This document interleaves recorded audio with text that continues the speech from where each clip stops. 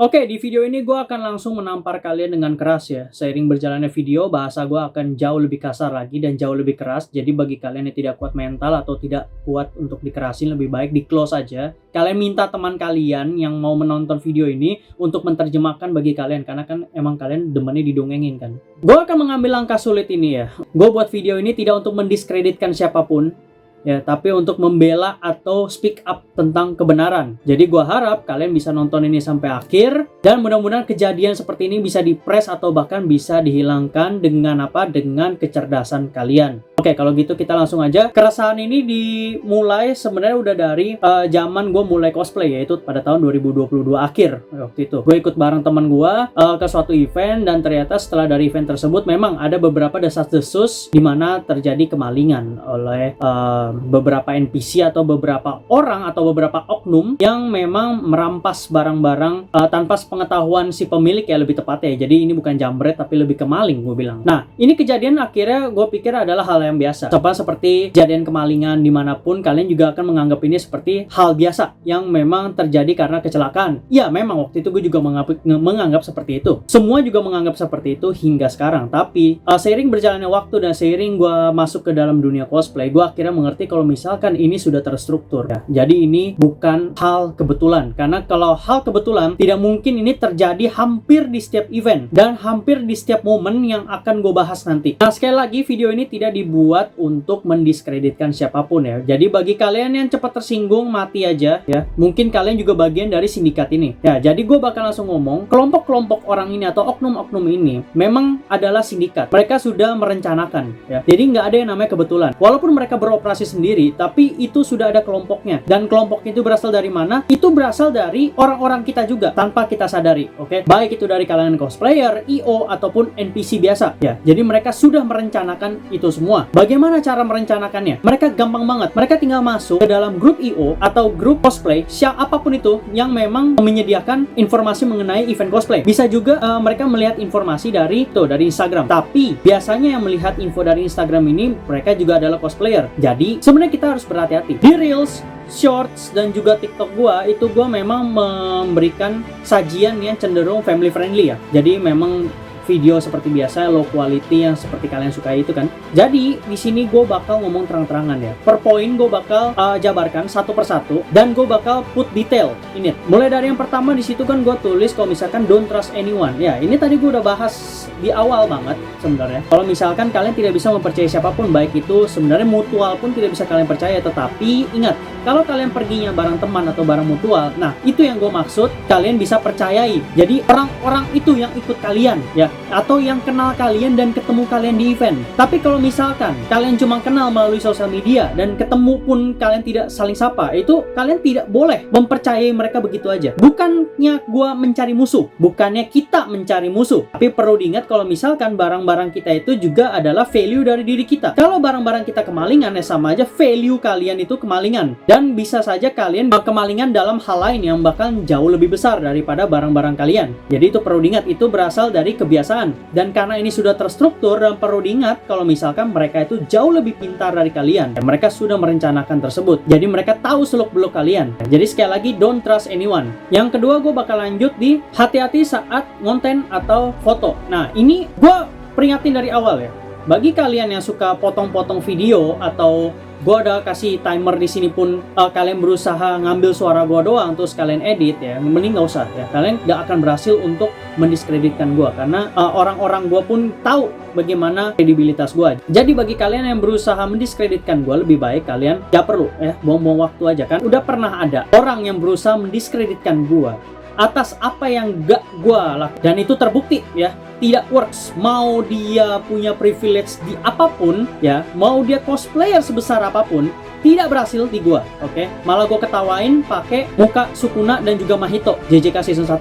Nah, lanjut. Kalau kalian konten atau foto ya, kalian mesti hati-hati terhadap barang bawaan kalian. Dan ini bukan kepada fotografernya yang ngajak, bukan. Sekali lagi gua kasih tahu, bukan kepada fotografernya, tapi kepada orang-orang di sekelilingnya yang memang fotografernya pun bahkan tidak kenal. Sekali lagi, fotografer bukan bagian dari sindikat ini. Sindikat ini bisa jadi adalah NPC dan juga bisa aja fotografer, oknum fotografer dalam tanda kutip, yang memang foto-fotonya itu seiring berjalannya waktu tidak berkembang sama sekali. Nah, itu patut kalian curigai sebenarnya. Karena kalau fotografer yang memulai dan hasil fotonya jelek, tapi dia sering ke event dan juga sering mengambil gambar cosplayer, itu biasanya bakal cenderung berkembang, mau dia menggunakan HP atau kamera. So, proud of you untuk fotografer yang improve dan berkembang seiring berjalannya waktu. Gue tahu kalian semua baik, dan gue juga kenal beberapa dari kalian, dan gue tahu kalian bukan dari bagian itu. Jadi hati-hati saat konten. Kalau bisa kalian taruh barang-barang kalian itu di dekat sang fotografer, mau itu di belakangnya atau di sampingnya kalian titipkan, atau kalian titipkan ke teman fotografer yang memang masih dalam jangkauan kalian. Biasanya teman fotografer itu berada di belakang fotografer, bantu pencahayaan, lighting, atau dia bantu melihat gambar atau bantu pose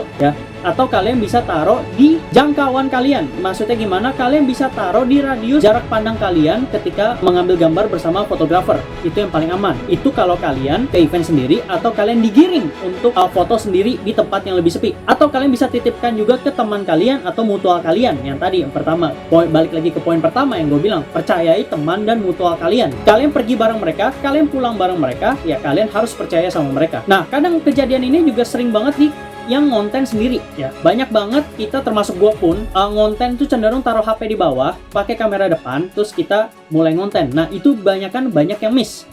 Banyak banget kejadian di situ dimana para oknum terstruktur ini nih sudah merencanakan untuk mengincar kalian pada saat di event tersebut. Jadi kalian sudah dari awal kalian datang itu kalian sudah diawasi ya. Gue tahu kalian nggak bisa aware, tapi itu akan ada di poin ketiga ya. Tapi kayak yang harus kalian tahu adalah barang kalian itu adalah value dari diri kalian. Kalian harus taruh itu di mindset dulu. Kalau misalkan kalian menaruh mindset itu di kepala kalian, kalau misalkan barang gua adalah value dari diri gua, kalian akan menjaga barang itu. Jadi kalian tidak akan tinggalin barang itu sembarangan.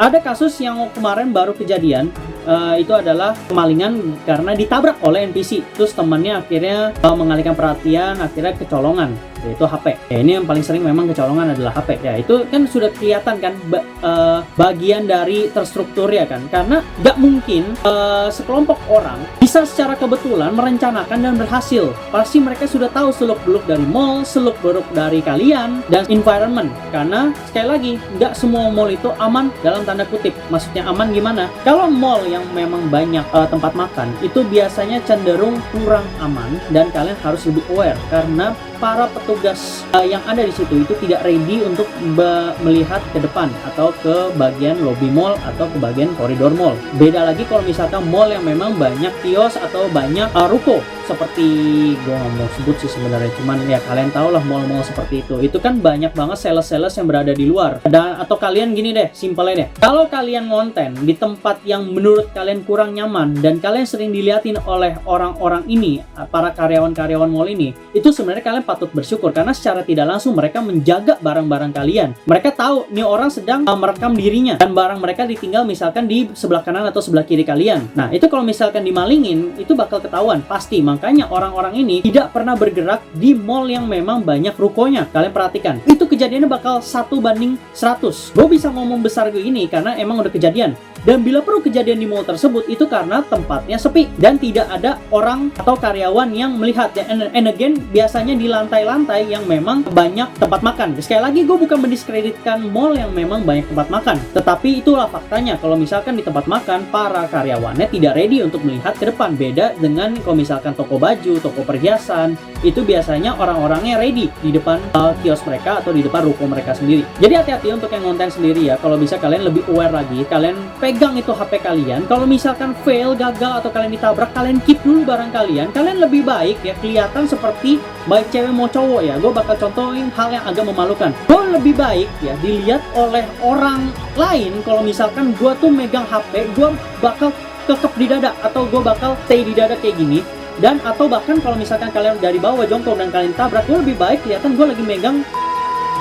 Baik yang cewek juga kalian kelihatan seperti sedang memegang bagian lebih baik daripada HP kalian kecolongan. Ingat, kalau misalkan kalian malu, bilangnya malu, tapi HP kalian kemalingan, kalian pilih mana? Kalian pilih malu sesaat, HP kalian aman, kalian pulang, kalian nggak perlu ngadu ke orang tua, kalian nggak perlu umpet-umpetin atau bohongin orang tua, atau kalian mau ya udah kalian malu-maluin orang tua ya, kalau kalian kaya mah aman, nggak perlu takut sama orang tua. Cuman kan, and again, that's your value kalian kemalingan ya, bisa dibilang begitu. Oke, yang ketiga ini adalah pocket string. Pocket string ini gimana ya, mungkin kalian pada bingung ya. Gue coba menjelaskan di Reels dan juga di Shorts dan TikTok, itu nggak lengkap, itu udah pasti nggak lengkap karena keterbatasan durasi.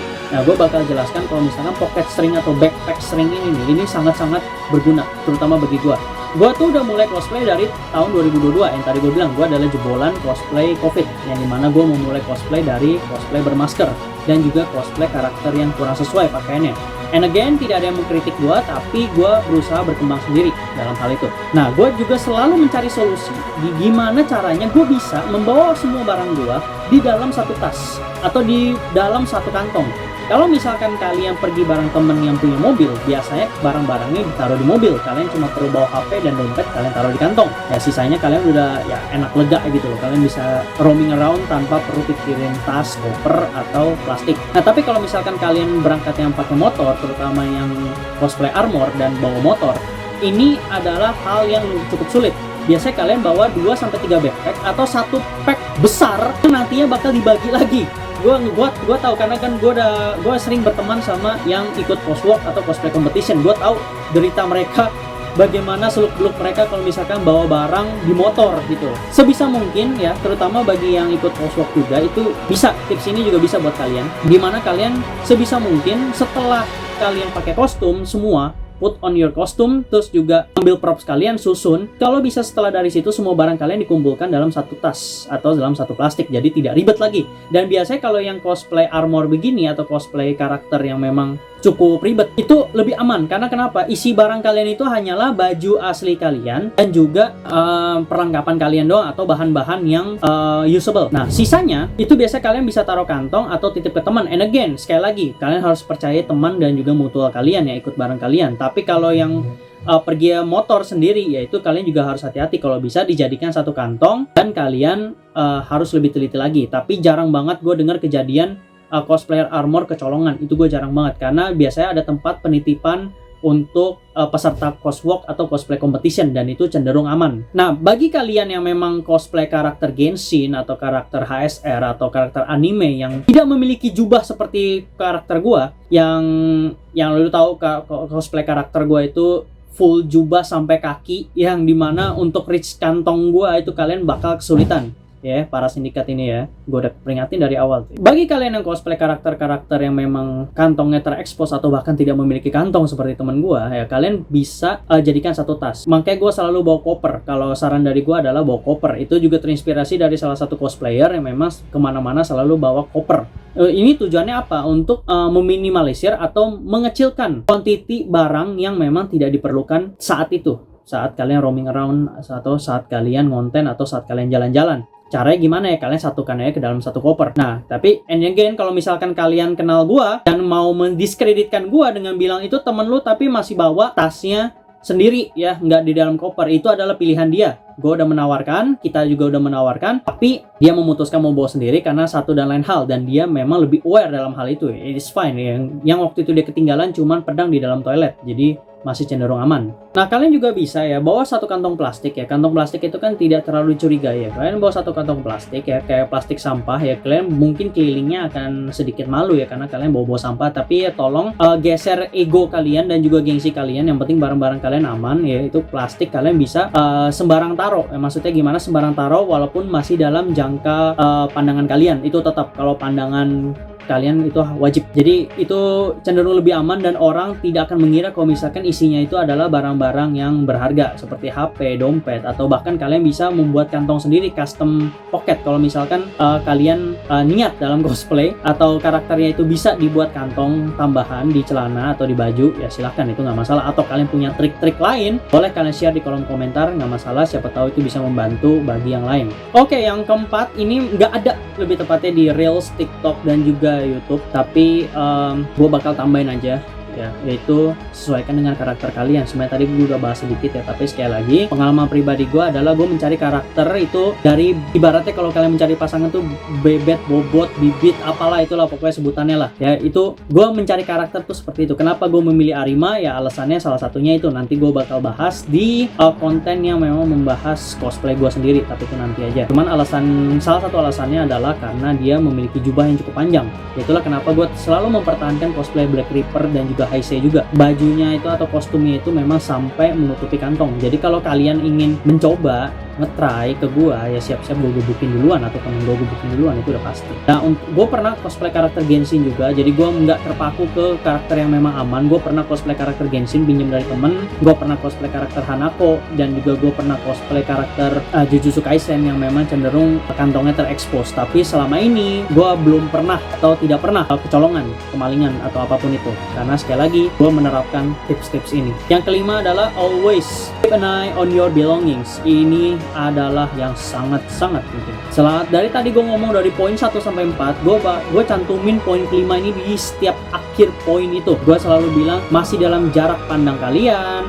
Gue tetap bilang kalian tetap harus awasi, kalian tetap harus aware. Ya, itulah. Jadi kalian harus aware. Kalau gue pribadi, gue pakai yang namanya sistem human shield. Human shield itu masih gimana? Memang kedengeran klise, tapi it works karena gue belum pernah atau nggak pernah colongan. Gue pakai human shield di mana gue bakal mendeteksi sekitar gue. Misalkan teman gue berada di sebelah kanan, oke, berarti dari depan teman gue sampai ke belakang punggung teman gue itu bakal gue cek siapa-siapa aja yang sedang berada di situ. Mau dalam gue keadaan di foto atau gue lagi ngonten gue pasti bakal cek dulu. Ya tujuannya apa? Itu tujuannya adalah mencurigai beberapa orang yang memang menurut gue sus. Ya tapi sebenarnya gue tahu siapa kalian dan gue tahu tujuan kalian apa. Maka dari itu gue agak kesulitan untuk mengingat muka kalian, terutama yang cosplayer dan yang terutama yang pakai masker. Karena kenapa? Karena literally gue mengingat semua, mencoba mengingat semua muka-muka yang ada di event tersebut, apalagi kok event rame seperti yang kemarin. Dan ini patternnya udah sangat jelas ya, gue bakal jelaskan di sini. Ini sekali lagi gue tidak mendiskreditkan budaya atau apapun, tapi ini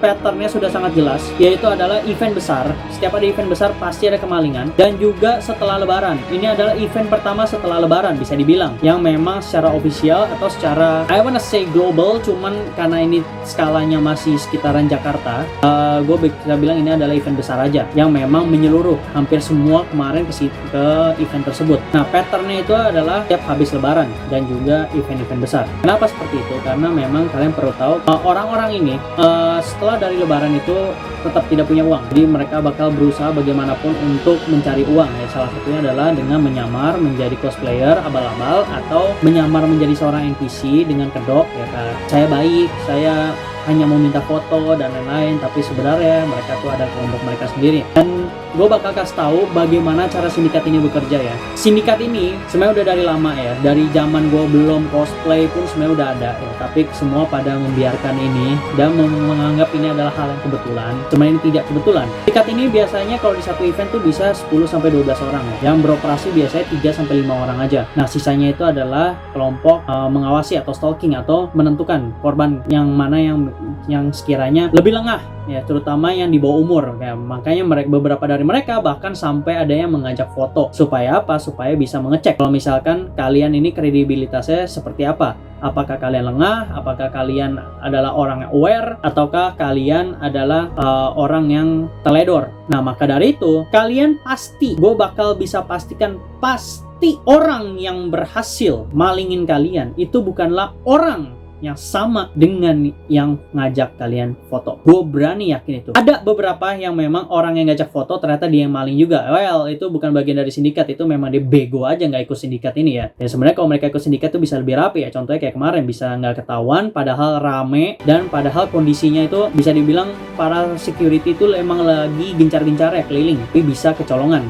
Ya berarti mereka sudah mengecek seluruh environment dan juga seluk-beluk kalian. Dan kita para cosplayer memang kebiasaan untuk mencari tempat yang lebih sepi untuk konten atau untuk foto. Nah itu juga menjadi santapan empuk. Sebenarnya kalau kalian teliti ya, kalau kalian datang ke event itu pasti ada 1-2 orang yang memang mukanya mirip-mirip semua, dan itu sebenarnya mereka mengawasi kalian. Jadi kalian bisa ketemu di lantai yang sama beberapa kali, 4-5 kali bahkan gue bisa jamin, atau bahkan bisa 10 kali kalau misalkan kalian cantik atau pakaian kalian terbuka, tapi tidak termasuk cowok ya. Dengan ini bisa dibilang kalau misalkan sindikat ini adalah sindikat yang rapi, karena tiap event pasti ada kejadiannya, dan sindikat ini memang pasti beroperasi di situ, mau dia gagal ataupun berhasil. Dan biasanya orang yang berhasil dan ketangkap itu dia tidak akan menyebarkan soal sindikat mereka. Karena kenapa? Karena tidak ditanya. Mereka pasti bilangnya untuk kebutuhan dan lain-lain, itu adalah alasan bullshit ya. Semua yang mereka pakai itu duit dari hasil kalian itu adalah untuk judi online, ya itu udah jelas, karena pikiran SDM rendah. Gue bakal berani bilang itu adalah pikiran SDM rendah. Perlu diingat kalau misalkan mereka lebih pintar dari kalian, karena value kalian bisa kecolongan. Jadi tolong put awareness ya, awareness yang lebih ketika di event cosplay. Jangan lengah. Kalau kalian lengah, kalian akan disikat. Kalau kalian lebih aware, contohnya seperti gue memang kalau ke event tuh terkenal galak mukanya, judes, karena memang karakter gue juga memaksa untuk gue tidak tersenyum. Ya, akhirnya gue melihat beberapa orang yang ketika gue melakukan scouting, itu beberapa orang cenderung menghindari pandangan gue ya. Karena kenapa? Karena mereka adalah bagian dari sindikat tersebut. Mereka tidak mau berada di dalam radar gue, yang sehingga gue bakal kesulitan untuk mengidentifikasi muka mereka. Karena mereka tahu pakaian mereka itu cenderung sama ya, sama, similar, memiliki persamaan lebih tepat ya, nggak sama persis. Dan juga mereka punya kecenderungan berkelompok. Jadi kalau kalian lihat kelompok NPC Circle, itu kalian perlu hati-hati ya. Mau ada ceweknya kayak, mau cowoknya kayak, atau mau yang cosplay satu kayak atau apa. Kalau kalian lihat ada circle yang memang ngumpul-ngumpul nggak jelas dan memang cenderung mencurigakan, itu kalian harus curigai. Jadi sebenarnya manusia itu dibekali dengan yang namanya sistem awareness sendiri ya. Jadi melalui mata itu bisa langsung pindah ke otak ya, mereka mengirim sensor. Jadi percayailah mata kalian ketika kalian tidak mempercayai orang. Kalau misalkan ya, gue bakal kasih contoh sedikit, tapi ini tidak mendiskreditkan apapun ya. Kayak lagi ya, ini sampai gue dibilang rasis atau diskriminasi, awas aja nih. Gue nggak akan kasih tahu yang detail ya, karena kalau gue kasih tahu detail dan kuncinya, mereka juga bisa dengar dan mereka nanti bakal mengubah strategi mereka. Kalau kalian memang mau tahu dari gue, kalian bisa datengin gue langsung di event. Kalian bisa tanya orang-orang seperti apa sih yang harus dicurigai, detailnya seperti apa, gue bakal kasih tahu. Jadi ya kalian yang berada di sindikat lebih baik hati-hati ya, karena gue udah tahu sebenarnya letak-letak kalian tuh, strategi mainnya tuh di mana-mana aja.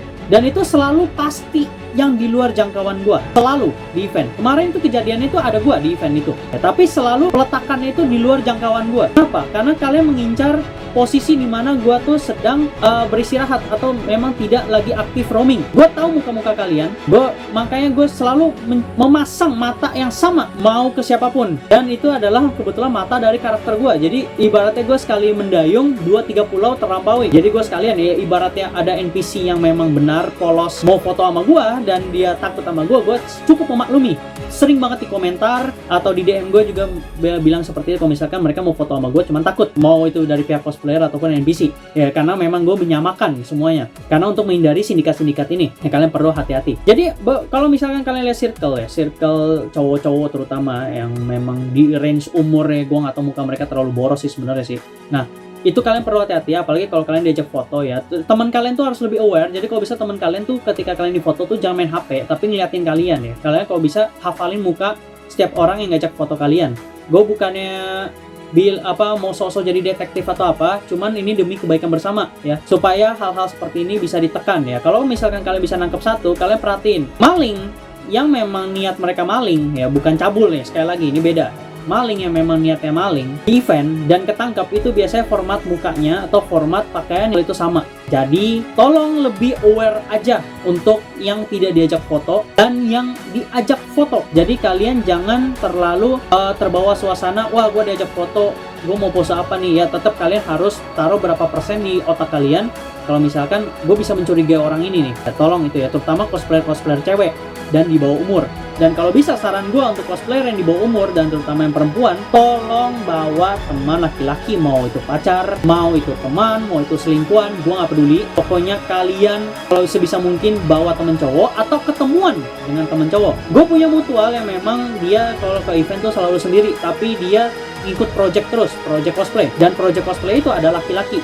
Nah, itu adalah hal yang cukup bagus, langkah yang bijak. Dengan ada laki-laki itu bisa mengurangi tingkat kriminalitas dan juga tingkat pencabulan karena ada orang yang berani menjaga kalian, atau at least ketika ada cowok di situ ya, para maling ini akan cenderung lebih berhati-hati ketika ingin mengambil barang kalian. Nah, kemarin itu kebanyakan yang kemalingan itu adalah cewek-cewek di bawah umur atau mungkin baru remaja di 17-18 yang memang tidak membawa teman cowok atau tidak punya cowok atau tidak punya selingkuhan. Nah, itu lumayan bahaya. Tapi ada juga beberapa mutual atau kenalan cowok juga yang memang kemalingan, tapi itu sebenarnya purely karena mereka lengah ya, sekali lagi. Dan itu adalah barang hilang, bukan kemalingan sebenarnya.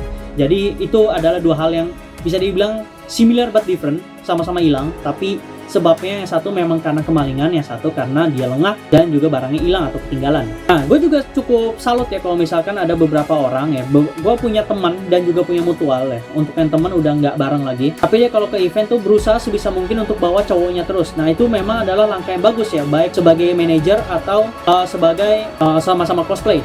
Itu sangat-sangat penting dan sangat-sangat bagus, langkah yang bijak. Karena kenapa? Itu bisa mengurangi tingkat kriminalitas yang terjadi pada kalian. Nah, gue juga punya mutual yang sama, dia datang selalu dengan cowoknya. Well, it's out to be good, ya, nggak jarang ada kejadian lagi. Dan kalau misalkan beberapa gue juga lihat di event cosplay banyak kok yang cosplayer cewek, terutama itu ada yang bawa suaminya, ada yang bawa temennya, atau ada yang bawa pacarnya, atau bawa selingkuhan lagi. Nah, itu banyak. Jadi itu merupakan salah satu langkah yang bijak. Nah, tidak bisa dipungkiri kalau misalkan para sindikat maling ini akan mengubah strategi mereka setelah video ini di-share, terutama share oleh kalian. Dan beberapa oknum gue yakin banget ada yang berusaha mendiskreditkan kata-kata gue. Ya, cenderung memang gue agak tertuju satu hal yang sama, yang memang sebenarnya kalian sudah tahu, tapi kalian takut speak up. Ini gue bakal buka ya, gue udah buka cara mereka 10-12 orang. Ingat, itu udah kayak satu batch episode, satu season anime ya, kalian harus hati-hati, terutama kalau yang NPC atau yang cosplaynya abal-abal. Itu wajib tuh ya, hati-hati. Gue yakin banget itu bakal gue sensor juga sih. Oke, kalau gitu solusinya gimana untuk mengatasi semua ini? Sebenarnya tadi gue udah kasih solusi ya, tapi karena ini udah mau di akhir video, gue bakal kasih solusi yang lebih mantap lagi. Jadi yang ini yang adalah solusi jitu bagi kalian. Mungkin kalau kalian dengerin dari tadi ya, otak kalian nggak nyampe, atau kalian lagi posisi sambil kerja atau sambil belajar, tapi jari kalian bisa ngetik di komentar ya, kalian bakal bilang kalau misalkan video gue ini nggak ada solusi sama sekali dan nggak ada dagingnya. Padahal dari tadi solusinya itu berjalan seiring durasi video. Tapi ya udah, di akhir ini gue bakal kasih solusi lagi kalau misalkan kalian datang ke event ya. Sekali lagi, kalau kalian datang ke event cosplay manapun, mau yang di outdoor, indoor, set your human shield, personal human shield. Jadi kalian harus tahu radius berapa meter dari kalian, kelilingin, kalian muter, kalian harus tahu muka-mukanya seperti apa. Itu untuk jangka pendek. Dan kedua, kalian harus percayai teman kalian ya. Kalian harus minta tolong teman kalian untuk saling menjaga barang, saling menjaga diri ya. Kalian jaga barang mereka, mereka jaga barang kalian,